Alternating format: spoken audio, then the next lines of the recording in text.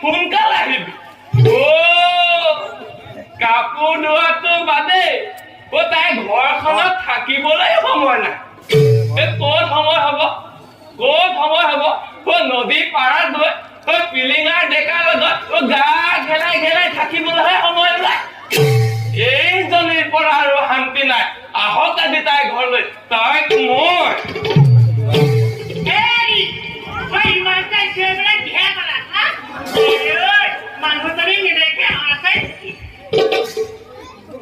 মোৰ গোসাঁনী আহিলা তোক মই কি কৈছিল পাহৰি গলি এনেদৰে নহব বুজিছ এনেদৰে নহব একে খেদা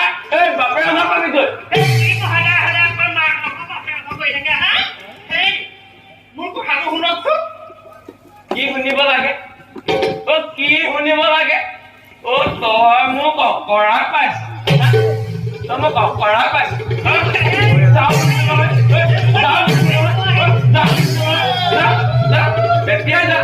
এতিয়া মাৰৰ বাপেৰে ঘৰলে বাপেৰে তোক ঠেঙৰ ওপৰত ঠেং তুলি খুৱাব বাপেৰে তোক আৰু দিব পাৰিব যা বুলিছো নহয় এতিয়া যা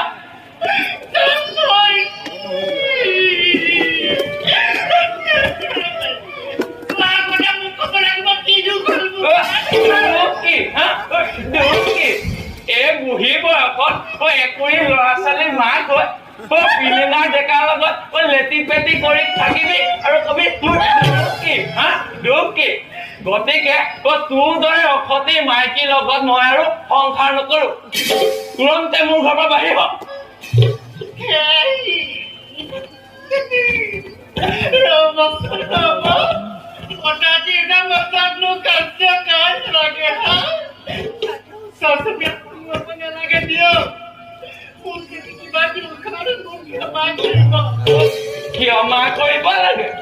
ক্ষমা কৰিব লাগে তোৰ নিচিনা তোৰ ক্ষমা কৰিবলৈ তই মোৰ ৰজা ৰামচন্দ্ৰ পাইছ যা বুলিছো নহয় এতিয়া যা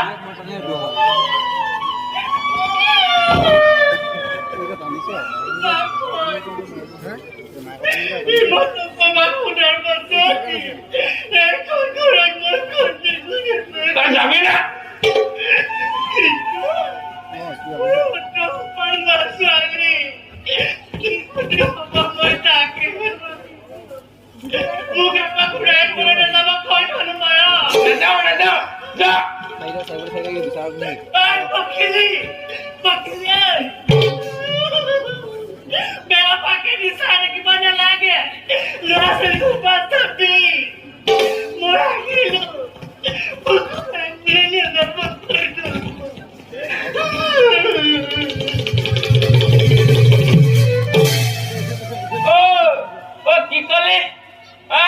কি কলি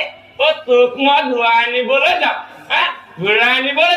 মোৰ ৰজা ৰামচন্দ্ৰ পাইছ এবাৰ গ্ৰহণ কৰা তিৰোতাক গ্ৰহণ কৰিবলৈ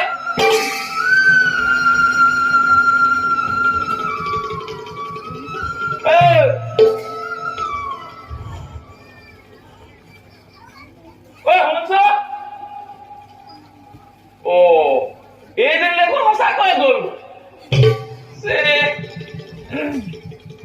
বৰ বেয়া কথা হ'ল নেকি যি হয় কাপোৰখিনি নদীলৈ গৈ মই ধুই আনো